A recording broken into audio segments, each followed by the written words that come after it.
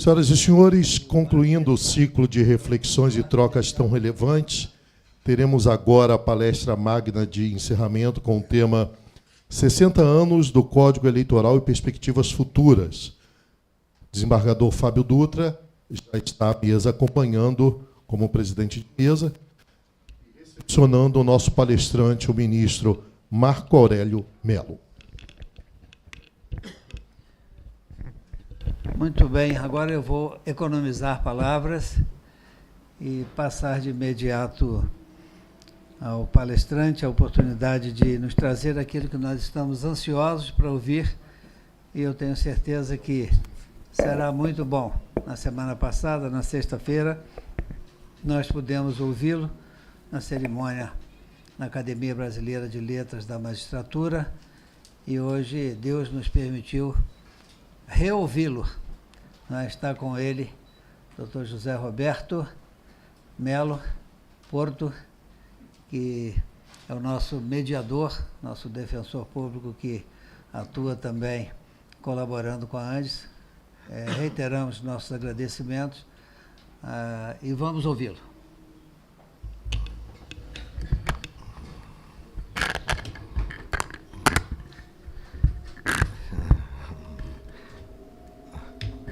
Aposentado, mas não inativo. Jamais. A vida em si é movimento. E lembro-me que uma vez, conversando com o governador deste estado, Marcelo Alencar, eu disse a ele: governador, o tempo está passando. E ele disse: Marco Aurélio, um equívoco seu. O tempo não passa, nós é que passamos. Isso é que precisamos perceber a cada passo. Agradeço o convite que me foi formalizado pelo presidente Fábio Dutra, por intermédio de José Roberto Sotero Mello Porto. E digo que, numa premonição, eu vejo, e perdoe-me se isso implica limitação, eu vejo com a capa judicante, servindo, portanto, de forma abrangente aos semelhantes, o fazendo substituindo a vontade das partes em conflito e de forma coercitiva. Depois de 31 anos na bancada do Supremo e 42 em colegiados julgadores, eu falo que nada gratifica mais o homem do que servir. E quando ele serve como Estado julgador, ele é agraciado de forma mais abrangente ainda. O que eu posso dizer aos senhores, e faço um preâmbulo. Digo o que eu percebi desde os primeiros dias no serviço público. Digo o que eu percebi ainda nos bancos da Nacional de Direito. O saber é e será sempre uma obra inacabada.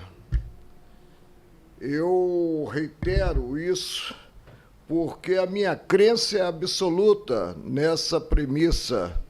E digo que pobre de espírito é aquele que se sinta em um patamar no qual não dependa mais de aportes no campo do conhecimento. O aperfeiçoamento é infindável, e quanto mais nos aprofundamos nos estudos, percebemos que precisamos insistir e nos aprofundar ainda mais. O que é importante que cada qual acredite na dimensão possuída. na formação técnica e, principalmente, na formação humanística possuída, e que atue com pureza d'alma, com honestidade de propósito, servindo com alegria, como eu disse, com muito amor à sociedade. A oportunidade do evento é enorme, porque vivenciamos no Brasil tempos estranhos. É uma frase que caiu no gosto da mídia, dos veículos de comunicação e que é repetida muito. O dito passa pelo não dito, o certo por errado e vice-versa, e a perda de parâmetros, o abandono a princípios que são caros à vida gregária, e as paixões são exacerbadas. Digo aos senhores que há muitos anos atuo no âmbito da justiça eleitoral e que servi, inclusive, quando era estudante da Nacional de Direito, a servir a um juiz. Não houve nepotismo, com o qual eu guardava parentesco no 4º grau, o juiz Ederson de Melo Serra, grande juiz, titular da 11ª Cível, depois desembargador, e atuei em eleições, o fazendo na Baixada. E, naquela época, nós tínhamos ainda a cédula para votação. E tínhamos algo que permitia distorções, que era o denominado mapismo, a cantada do voto e a anotação. Veio a balha, e não foi criação minha, a urna eletrônica. Eu simplesmente fui relativamente à urna eletrônica, quando tudo era mistério quanto à eficácia, eu fui um marechal de campo, porque a criação foi na gestão do meu antecessor no Tribunal Superior Eleitoral, o ministro Carlos Veloso.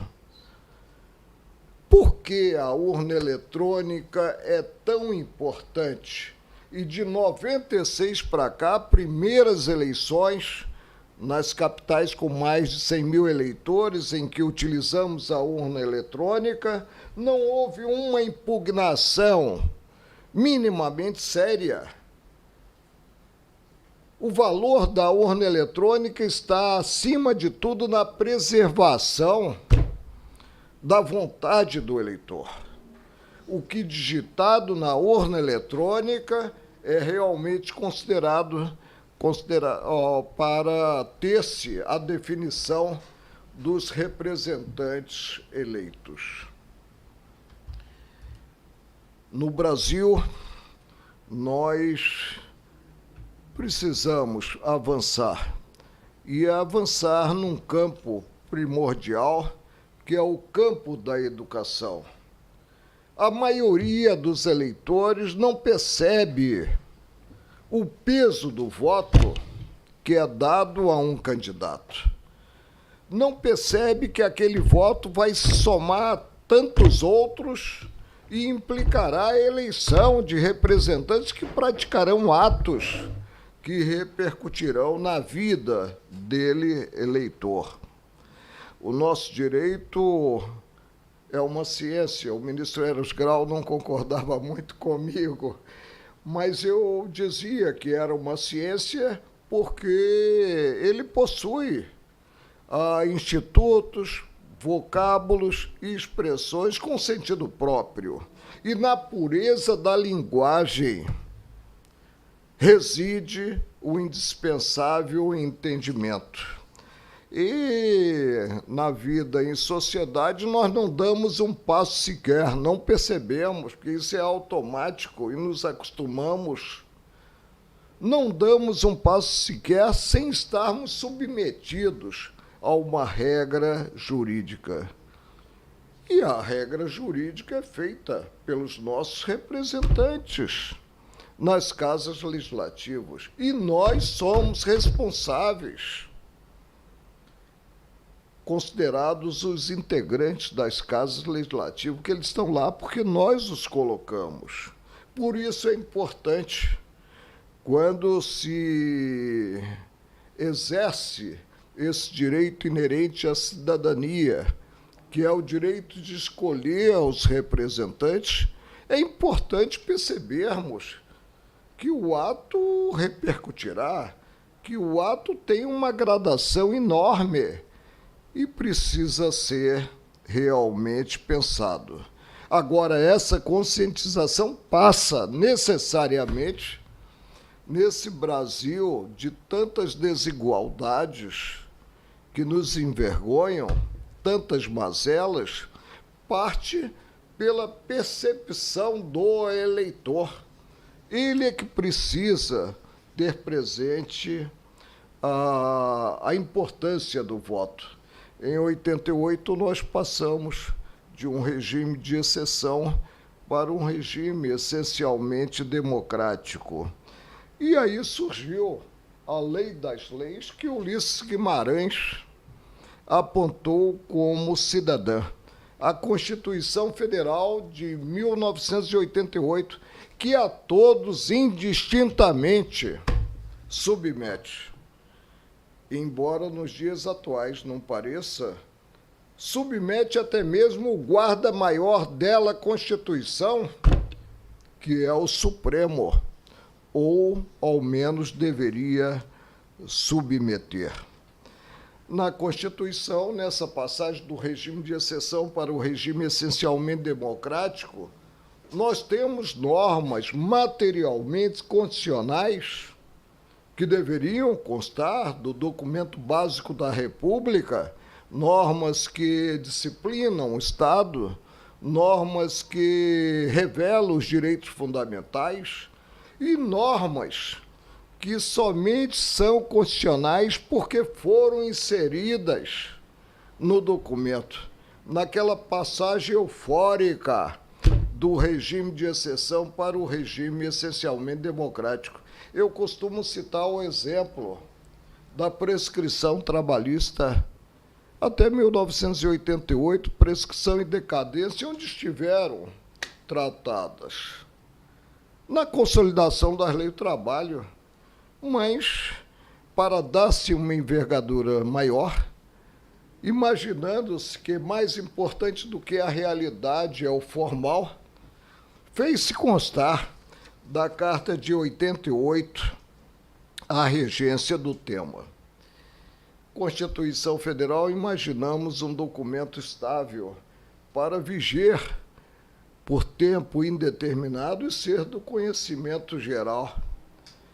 E se nós formos ao artigo 60 da Carta, nós vamos ver que os requisitos para ter-se a aprovação de emenda constitucional são inúmeros, a começar pela iniciativa, chegando à votação nas duas casas em 2 turnos, o quórum para aprovação de qualquer emenda, que é um quórum qualificado de 3/5. Mas indaga-se, esse documento é um documento como convém, um documento estável? Eu costumo, até mesmo para descontrair um pouco a assistência, dizer que isso no campo, evidentemente, do folclore, que certa vez entrou um cidadão em uma livraria e buscou comprar um exemplar da Constituição Federal. E o rapaz que o entendeu disse simplesmente que aquela livraria não trabalhava com periódicos. Por quê?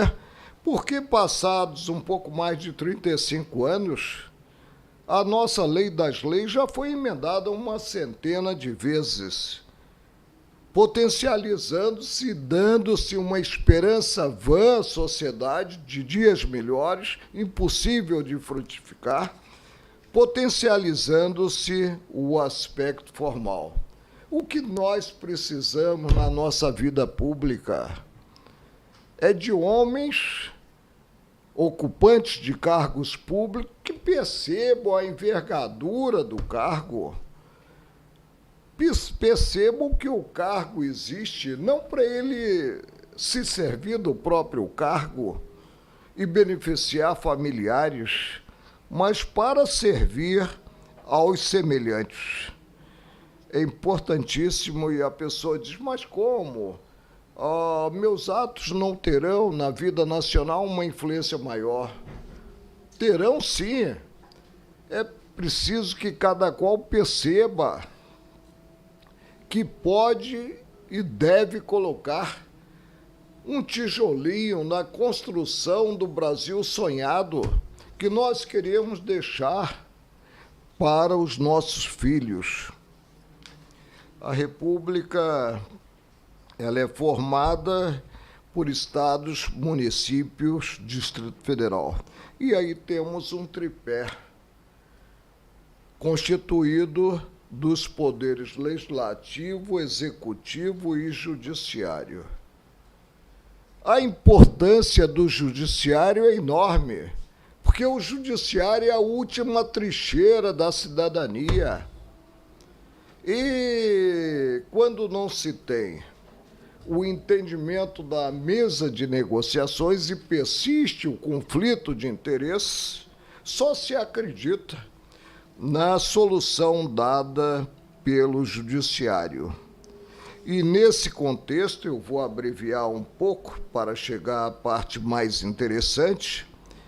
Nesse contexto, nós temos, primeiro, um sistema de freios e contrapesos, em que os segmentos praticam atos que, em regra, estão compreendidos no âmbito, na seara de atuação de outro poder.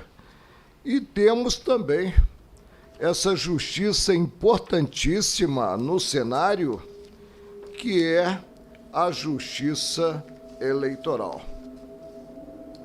Vamos recuperar um histórico sobre a justiça eleitoral.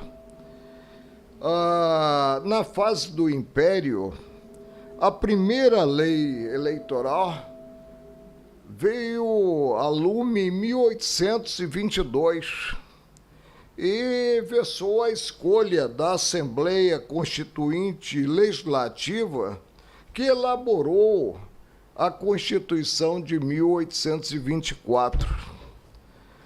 Seguiu-se um decreto em 1842 que previu o alistamento prévio e proibiu, imaginem os senhores, havia época, o voto por procuração.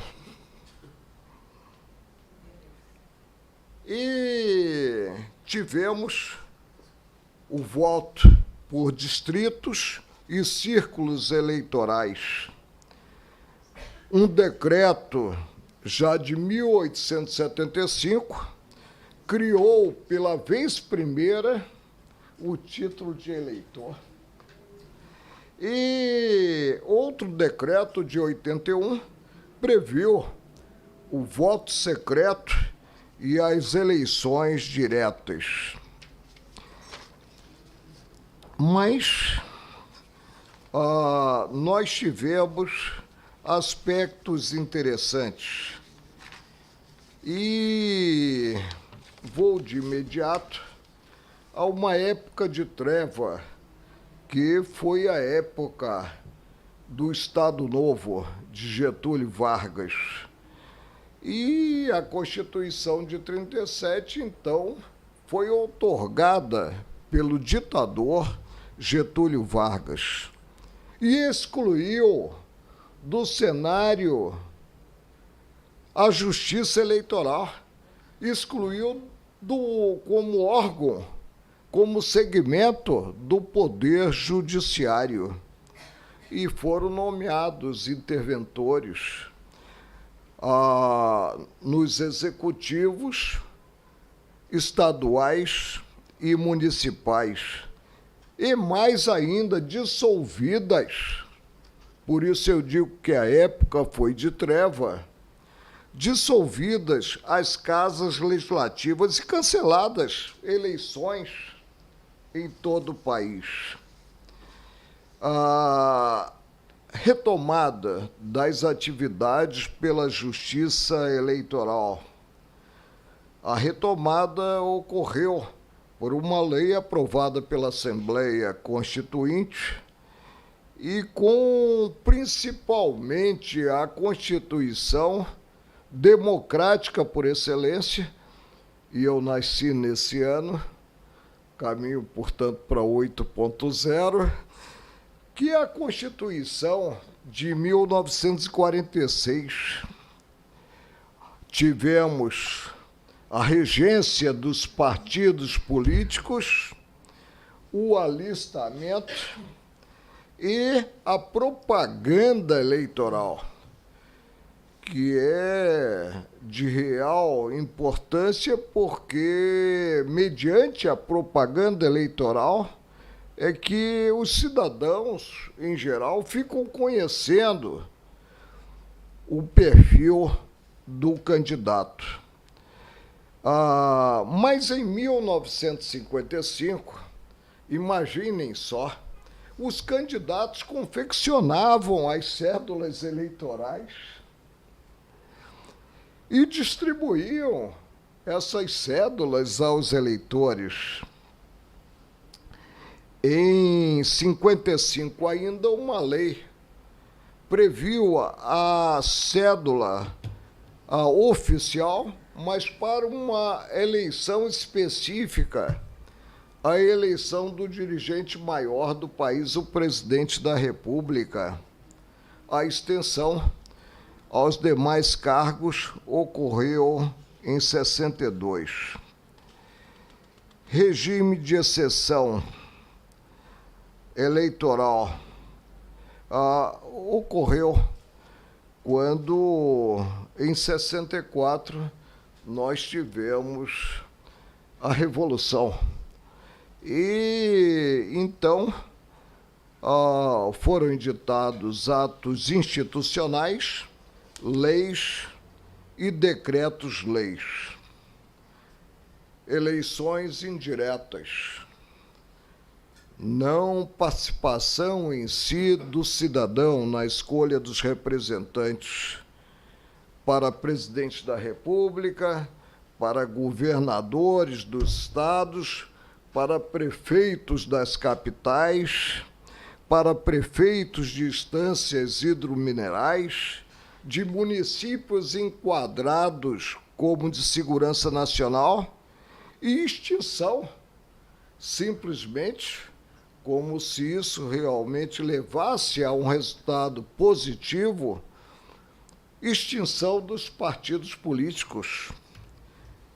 Mas a cassação de direitos políticos, com o surgimento apenas de 2 partidos. Eu sou amplamente favorável, como eu disse há pouco, quando conversávamos e tomávamos café, à abertura do leque para ter-se opções, mas foram previstos apenas a Arena e o MDB, Aliança Renovadora Nacional e Movimento Democrático Brasileiro, se é que se poderia cogitar de democracia, e o MDB em si. Quando foi restabelecido o pluripartidarismo? Somente em 1979. Eu estive agora há pouco tempo, e é bom saber que não se está esquecido, a convite de 2 academias, Juris Roma e Academia Paulista de Magistrados. Eu fui o primeiro membro da Academia Paulista de Magistrados que não era paulista. Estive na Itália. E aí você para perceber o que é um país existente desde sempre, podemos falar assim. Quando fomos descobertos em 1500, Então, nós somos um país relativamente, no contexto mundial, muito novo. E alguns ficam pessimistas quanto aos dias que nós vivenciamos. Mas nós estamos avançando, aprimorando passo a passo a democracia, aprimorando o Estado democrático de direito.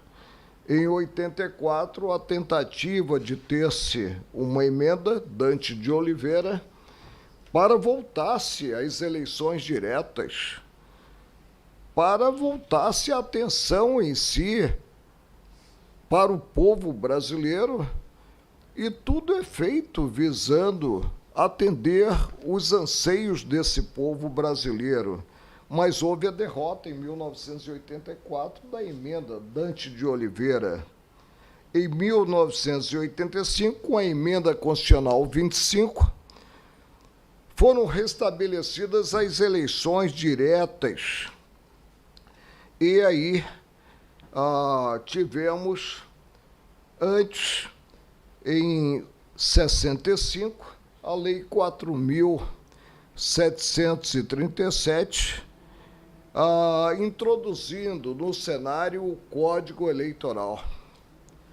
O que é um código? É a reunião em si das normas que disciplinem ou disciplinam certa matéria para ter-se o acesso mais fácil, ao invés de partir-se para consulta à legislação esparsa. Esse código estabeleceu as regras básicas, os princípios básicos para chegar-se à homenagem à vontade do eleitor. Ampliou a atuação da Justiça Eleitoral. A Justiça Eleitoral não tem, mesmo considerado o órgão máximo dela, a Justiça Eleitoral, que é o Tribunal Superior Eleitoral, não tem poder normativo como tinha à época e tem até hoje, mas já agora com a exigência de o termo estar previsto em lei, a Justiça do Trabalho. Qual é o poder em si do Tribunal Superior Eleitoral? É o de coordenar a atuação de 26 tribunais regionais eleitorais e a atuação do Tribunal Regional Eleitoral do Distrito Federal. E previu o Código Eleitoral que ele tem o poder, não normativo, mas o poder de regulamentar norma expressa dele mesmo o Código Eleitoral. E há a legislação esparsa.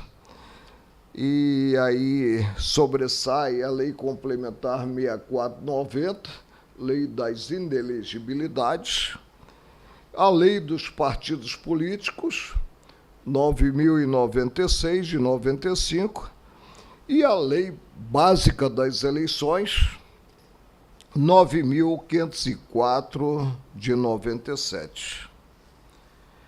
Mas no cenário, muito embora formalmente se revele, nós não temos eleições gerais. Temos uma dualidade que surgiu sob a ótica essencialmente política, eleições municipais e eleições ditas gerais para se escolher nas esferas federal e estadual. O ideal é que continuemos com eleições, o que pesa nos cofres públicos de 2 em 2 anos. Será que somente teremos representantes à altura, procedendo antes às eleições municipais para depois chegarmos às eleições estadual e federal? Não.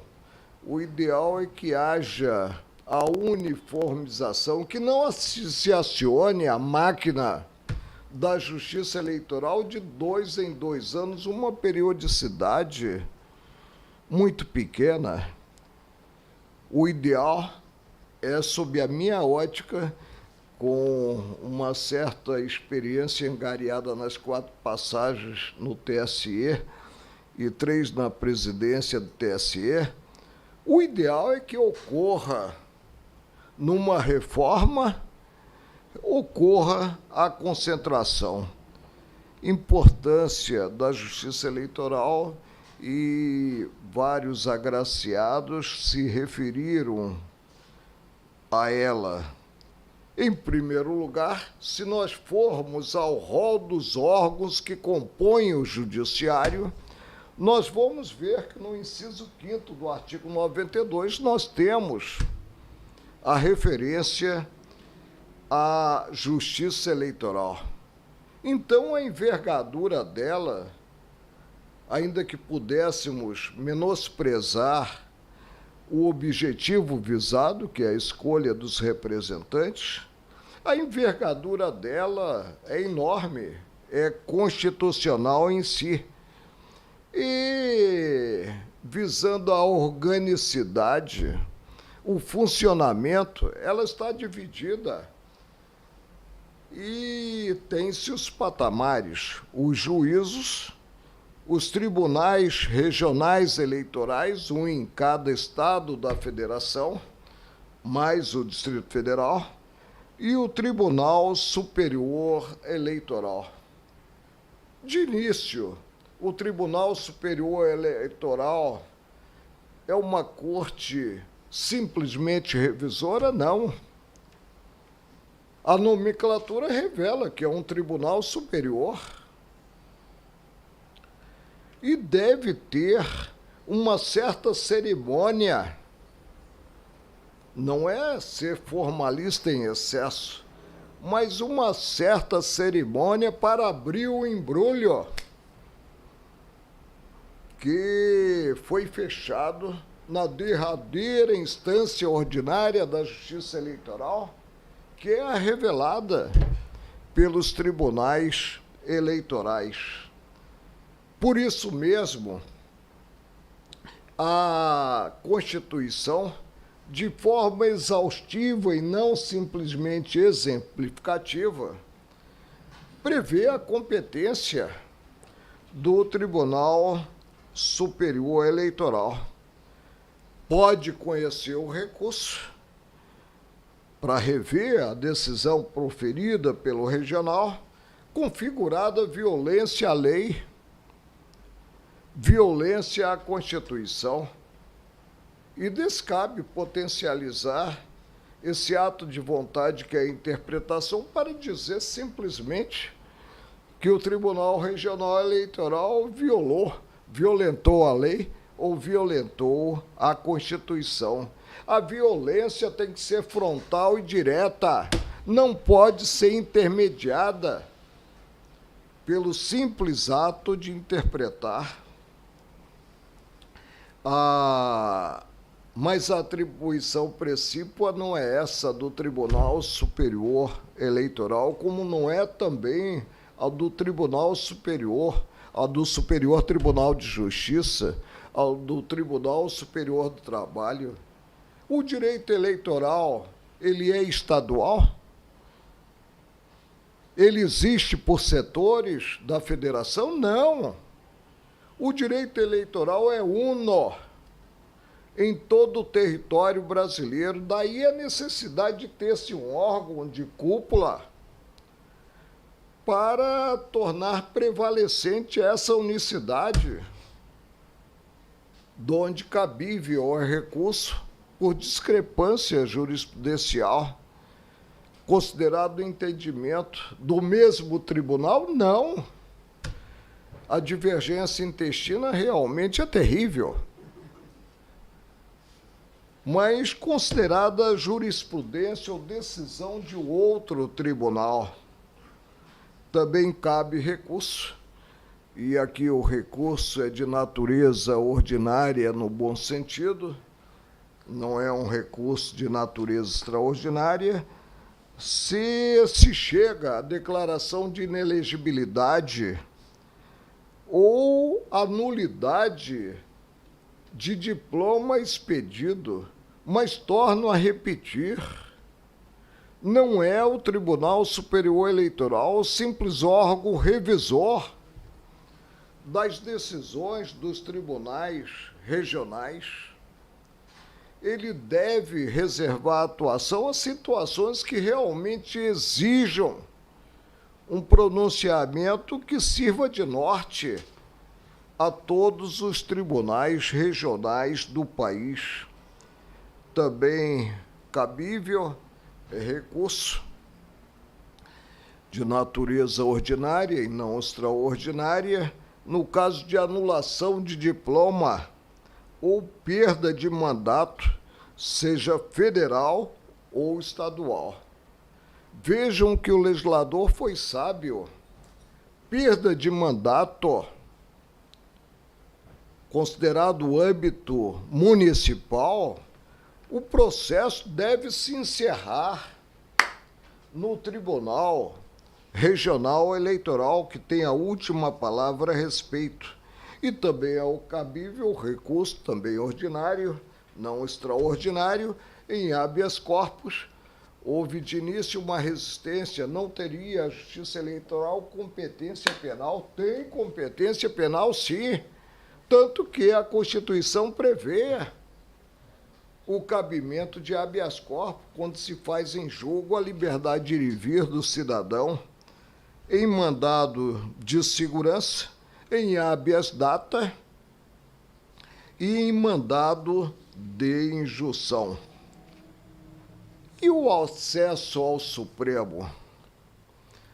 O Supremo passa por uma fase, para mim, geradora de grande perplexidade. Por quê? Órgão que tem a última palavra sobre o direito positivo, ouvida que o fato não leva a forçar a mão e extravasar os parâmetros procedimentais. O fato só exige dele, e aprendemos em nossas casas que o exemplo vem de cima, em nossas famílias, uma responsabilidade, uma compenetração maior, mas o Supremo se arvorou. A expressão exata é essa, se arvorou competente para julgar cidadão, haver um órgão acima dele para corrigir as respectivas decisões, mas numa visão distorcida, numa visão míope. O cidadão comum tem direito ao juiz natural, ao devido processo constitucional. Tem direito a chegar ao que eu aponto como pedreira da magistratura, que é a primeira instância, e ter, posteriormente, no caso de uma decisão que contraria os respectivos direitos, o acesso à via recursal, à revisão da decisão. Mais do que isso, eu, por exemplo, na ativa, não aposentado, se me envolvesse em um sinistro de carro com vítima, teria como juiz natural o Supremo, mas hoje aposentado e não inativo, muito menos silenciado. Graças a Deus, vivo. Qual é o juízo competente para julgar a mim?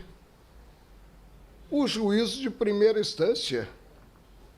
E hoje eu agradeço que assim seja, porque eu perguntaria...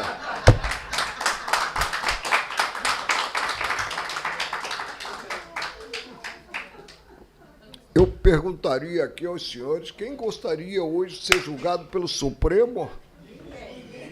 Quem gostaria de ter como relator um doutor, que é o ministro Alexandre Moraes? penso que, considerada a capacidade de autodeterminação, ninguém procederia a essa escolha, mas, ouvida-se isso, para desgaste maior, todos que lá estão de passagem, como eu estive de passagem, desgaste maior institucional da instituição, que é o Supremo, ouvida-se esses parâmetros, tanto assim que fiquei 31 anos na bancada do Supremo e jamais julgamos no colegiado, que é o único colegiado que retrata realmente o Supremo, que é o plenário, com as 11 cadeiras de preferência ocupadas, e ocupadas fisicamente, porque o julgamento virtual caiu no gosto de todos, considerada a pandemia, e presenciei um dia um colega tendo voto tomado, ele estando no exterior e os demais, no olho a olho, como convém em colegiado, para ter-se as discussões, e as discussões cada qual revelando sua formação técnica e a sua formação humanística. Mas procederam a uma emenda regimental para dar atribuição às turmas. Em 31 anos, o que é que nós fazíamos? Eu já encontrei assim e segui, porque a decisão era sábia. Quando recebíamos um inquérito ou um processo crime envolvendo detentor, que há prerrogativa, da prerrogativa de ser julgado pelos Supremos Cidadãos Comuns, nós desmembrávamos o processo e mandávamos para a primeira instância, presente o princípio constitucional do juízo natural, os cidadãos comuns, mas prevê a Constituição incumbir ao Supremo julgar pronunciamento do TSE que contraria a Constituição. Volto à tecla. Contraria a Constituição mediante até mesmo a inobservância num ato de vontade, que é o ato interpretativo de norma legal, não, contraria de forma frontal e direta a Constituição Federal e também decisões do Tribunal Superior Eleitoral que tenham implicado denegação, não concessão. A decisão tem que ser uma decisão negativa, considerado aquele a quem o instrumental visa favorecer o habeas corpus, no caso o paciente, ou o impetrante do mandado de segurança. A função primordial do Tribunal Superior Eleitoral é coordenar, simplesmente coordenar as eleições, que são promovidas numa responsabilidade última no campo ordinário pelos tribunais regionais eleitorais.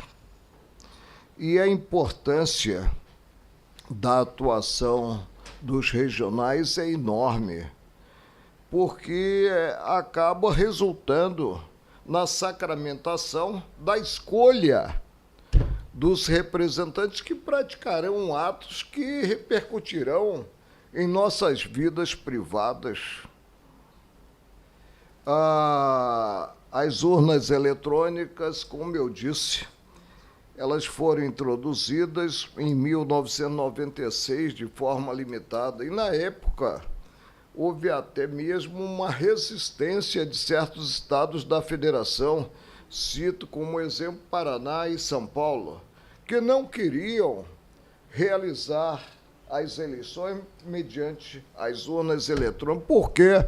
Porque o sistema era um sistema que ainda não estava aperfeiçoado, e se por acaso o mesário estivesse a habilitar um eleitor no momento em que a urna estivesse passando do disco fixo para o disco móvel, os votos já coletados, ela travava simplesmente. E eles disseram, eu era presidente do regional nessa época, com o espírito irrequieto de sempre e resistente, eles disseram que não fariam as eleições com a utilização das urnas. Eu disse simplesmente que eles não podiam decepcionar a sociedade, que esperavam, pelo menos em localidades definidas, a realização das eleições por urnas eletrônicas.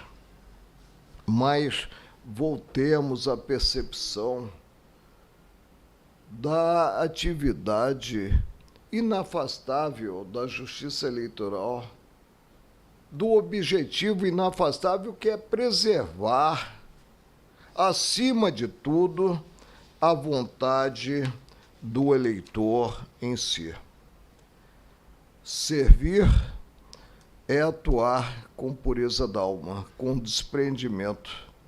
O Código Civil decaído continha uma expressão que o atual não contém mais, ao revelar que o procurador deveria ter mais amor no trato da matéria de interesse do Constituinte do que teria normalmente no trato das próprias matérias.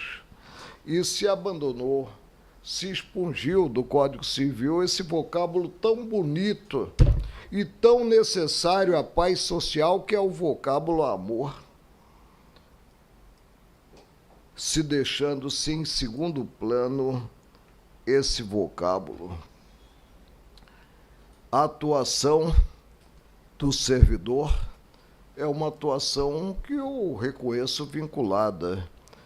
Enquanto na iniciativa privada se pode fazer tudo que não esteja proibido, o servidor, o agente público, somente pode fazer o que está autorizado em lei. Mas, mais importante, eu não deixo de reconhecer que a justiça é obra do homem e por isso é passível de falha. Mas deve aquele que ocupa o cargo voltado a substituir a vontade das partes em conflito, deve perceber que tem uma missão praticamente sublime, que é a missão de substituir a vontade como Estado julgador e declarando o direito prevalecente na espécie. Magistratura, eu falo a vocês que é vocação. Em 1978, eu era integrante do Ministério Público do Trabalho e tinha da carteira profissional 4 vínculos. Aquela época, Letícia, a magistratura estava à míngua. Ganhava-se muito pouco lá em casa, eu sempre tive a vontade de a mulher também trabalhar, e ela foi escrever juramentada até aqui no Tribunal de Justiça, depois minha colega em concurso público e depois desembargadora. Então nós somávamos para poder fechar o orçamento. Precisa-se remunerar bem para que haja também, mediante a boa remuneração e independência, os magistrados, mas que sejam magistrados vocacionados, que percebam que a atuação é uma atuação sublime, que cada qual faça a sua parte, coloque o tijolinho no Brasil para a construção do Brasil sonhado e teremos, quem sabe, para os nossos bisnetos, não para os descendentes imediatos, teremos esse mesmo Brasil sonhado. Devemos ser, em que pese o contexto, hoje entristecedor, devemos ser, acima de tudo, otimistas. E digo a vocês que a importância da mídia no que revela as mazelas do país, como hoje a grande jornalista Malu Gaspar está a revelar no Globo, a importância da imprensa é uma importância maior, porque é mediante o que é estampado nos veículos de comunicação que o contribuinte tem como cobrar uma atuação fidedigna daqueles que o representam. Confiemos nos homens, principalmente nos homens de boa vontade, que sejam vocacionados a servir, e esperemos que o Brasil venha a deslanchar, consideradas as diversas esferas, considerada mesmo a vida privada. Cidade do Rio de Janeiro, geograficamente uma cidade maravilhosa, mas para mim em guerra civil constante. Presente uma junção super ruim, que é a junção do tráfico, infelizmente mantido pela sociedade, que é quem consome, e o Estado paralelo na pessoa da milícia,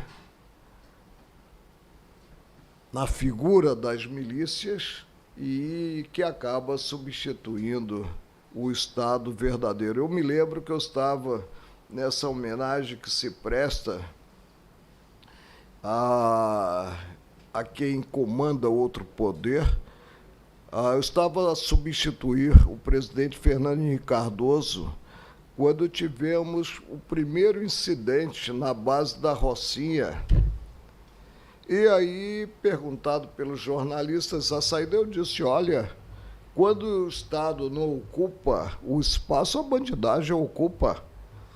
E um secretário de Justiça aqui do Estado, do governo Benedito, disse que havia pessoas que tinham realmente vocação para julgar, mas que não entendiam nada de segurança pública.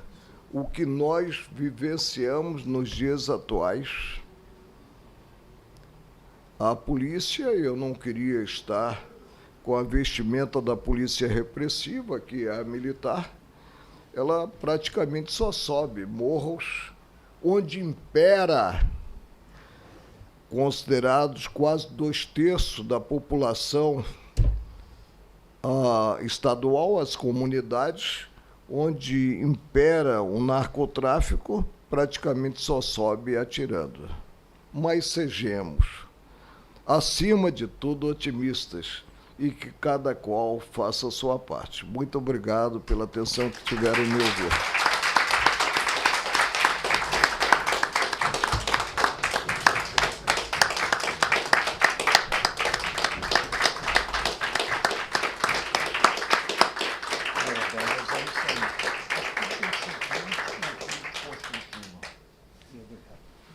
Não sou um crítico pela crítica. Viso a construção do Brasil sonhado. E jamais seria estilingue em relação ao judiciário, em relação ao próprio meu tribunal, que eu prezo muito como instituição, não considerada composição.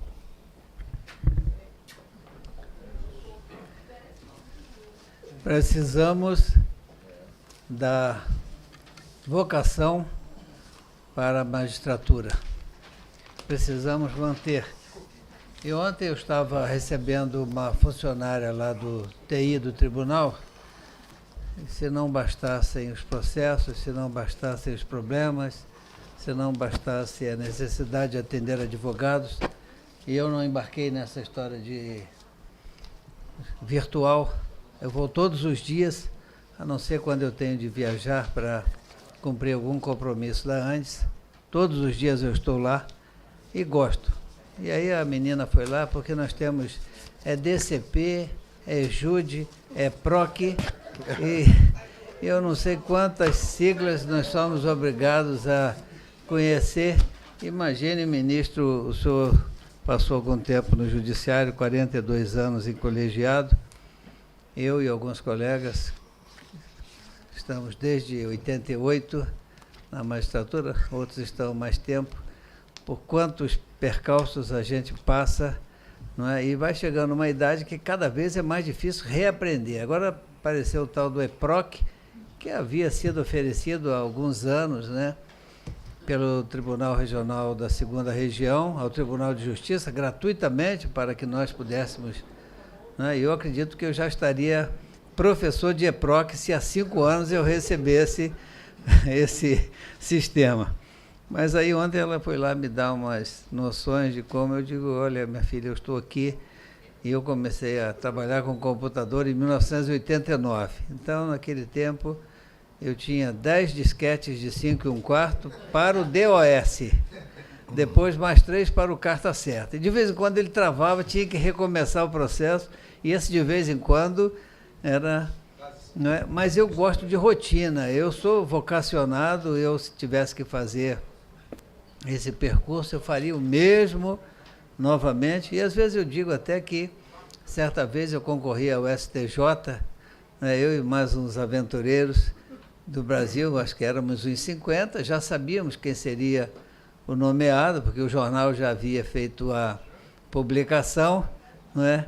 Mas eu fiz todo o percurso, fui a Brasília não sei quantas vezes, me hospedei em todos os hotéis de lá, conheço todos eles praticamente, fui a todos os ministérios, à Presidência da República, aos deputados federais, aos senadores, não é? E aí me perguntam, valeu a pena? Eu digo, olha, eu faria o mesmo caminho, pelo menos para conhecer o processo intrincado, complexo de escolha de um ministro. Então, às vezes eu era atendido por um jovem advogado, filho de um ministro, ele dizia assim, você é garantista ou é legalista? Eu digo, eu cumpro a lei, eu acho que a gente tem de fazer o que a lei manda, eu não posso me dar ao luxo de decidir pela minha própria cabeça, porque eu estaria sendo infiel ao meu juramento quando eu assumi a magistratura, e aqui seria uma magistratura no Tribunal Superior. Eu sei que eu não tive um voto, mas eu sempre reafirmo que eu faria tudo novamente se me fosse permitido viver. Então, os magistrados, antes de tudo, e isso serve também para os jovens que estão começando suas carreiras, né? E até aqueles que estão postulando colocarem a toga, não é? Vindo de outras, não é? Que nós temos colegas que vieram da OAB, colegas que vieram do Ministério Público, mas vale para esses também. Se você é vocacionado, você tem de insistir, porque pode ser que o seu momento só venha depois da 3ª, da 4ª ou da 5ª tentativa. Isso serve, ministro, até como uma espécie de antecipação, que eu fui candidato à EMERGE, a diretor da EMERGE, 4 vezes, né? Então, eu sou o eterno candidato à direção da EMERGE, vou para a 5ª, eles me chamam até de aquele candidato à presidência da República de um partido que nunca passa assim. Não, é um outro, que era presidente de um partido, né? Emael, me chama até de Emael, eu digo, tá bom, mas estarei concorrendo de novo no ano que vem, não é? E é muito...